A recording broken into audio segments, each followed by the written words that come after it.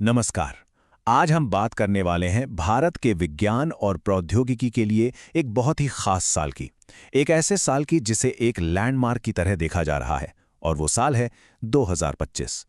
तो सवाल यही है कि 2025 में आखिर ऐसा क्या हुआ। देखिए, ये कोई एक या दो बड़ी उपलब्धियों की बात नहीं थी, बल्कि ये तो एक के बाद एक हुई सफलताओं की एक ऐसी झड़ी थी जिसने दुनिया को दिखाया कि भारत की टेक्नोलॉजिकल पावर अब एक नए दौर में दाखिल हो चुकी है। चलिए शुरुआत करते हैं इस नंबर से। 38वीं रैंक। भारत ने ग्लोबल इनोवेशन इंडेक्स में अपनी अब तक की सबसे बेहतरीन रैंक हासिल की। अब ये सिर्फ एक रैंकिंग नहीं है, ये इस बात का सीधा सबूत है कि देश के अंदर नए आइडियाज और उन्हें हकीकत में बदलने का माहौल कितनी तेजी से बढ़ रहा है। एक और बड़ी कामयाबी मिली स्पेस में। भारत ने स्पैडेक्स का सफलतापूर्वक परीक्षण किया। ये देश की अपनी स्पेस डॉकिंग टेक्निक है।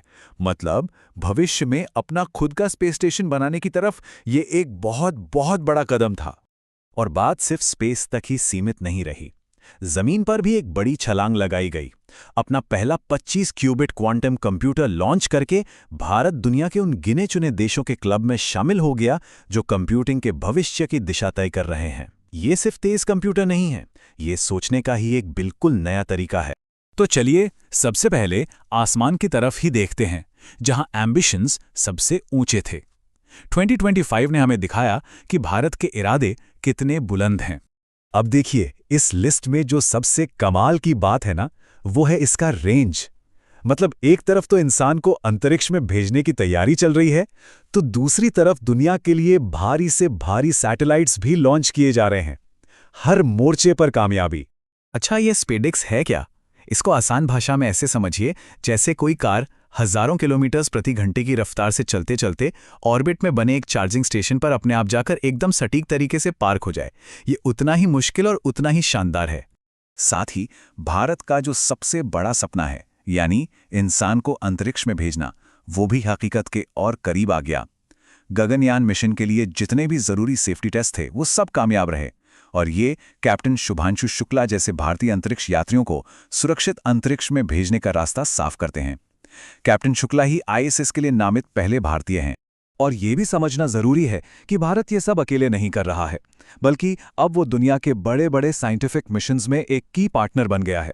निसार सैटेलाइट जो इसरो और नासा ने मिलकर बनाया, इसका सबसे बड़ा सबूत है। 6100 किलोग्राम्स, ये वजन है ब्लू बर्ड ब्लॉक 2 का। ये भारत से लॉन्च किया गया अब तक का सबसे भारी कमर्शियल सैटेलाइट था।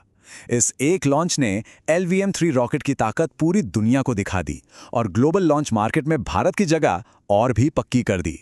अब अंतरिक्ष की ऊंचाइयों से जरा जमीन पर लौटते हैं, क्योंकि आसमान में मिली हर कामयाबी की जड़ें जमीन पर ही होती हैं, खासकर एनर्जी और कंप्यूटिंग के मामले में। यहाँ पर जो सबसे जरूरी शब्द है वो है आत्मनिर्भरता। ध्रुव 64 और विक्रम 3201 ये वो स्वदेशी चिप्स हैं, वो दिमाग हैं जो भारत के सबसे मुश्किल और सबसे जरूरी मिशन को चला रहे हैं, चाहे वो डिफेंस में हो या स्पेस में। और फिर आई एक ऐसी छलांग जो सीधे भविष्य में ले जाती है। क्यूपाई एलएनएस, भारत का पहला क्वांटम कंप्यूटर। ये कोई आम सुपर कंप्यूटर नहीं है, बल्कि ये कंप्यूटिंग का एक बिल्कुल नया ही तरीका है। ये उन मुश्किल सवालों के जवाब भी ढूंढ सकता है जिन्हें आज के सबसे पावरफुल कंप्यूटर भी सॉल्व नहीं कर सकते।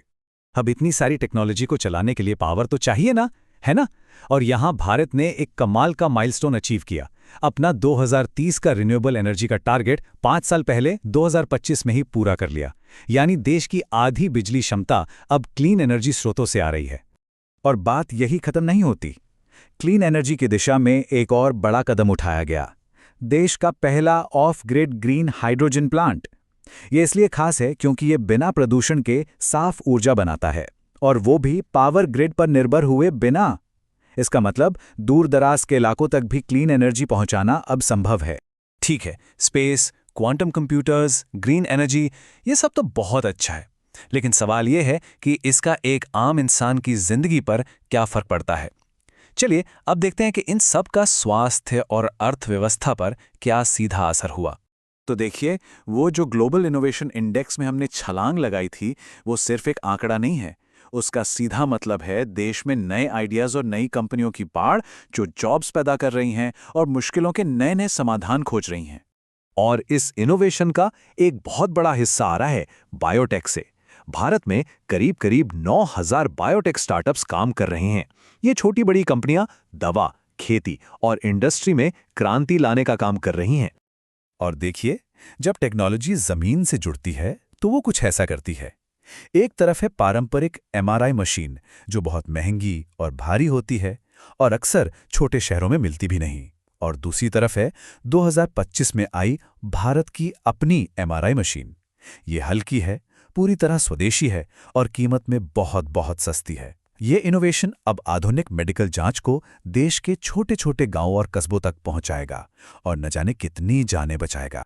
तो स्पेस डॉकिंग से लेकर क्वांटम कंप्यूटिंग और सस्ती एमआरआई तक, इन सब ऐतिहासिक कामयाबियों से भरे एक साल के बाद मन में एक आखिरी सवाल उठता है। इस एक साल की उपलब्धियों को देखें तो ये एक जबरदस्त उड़ान की शुरुआत लगती है और अब पूरी दुनिया ये देखने के लिए इंतजार कर रही है कि भारत यहां से अगला कदम क्या उठाता है।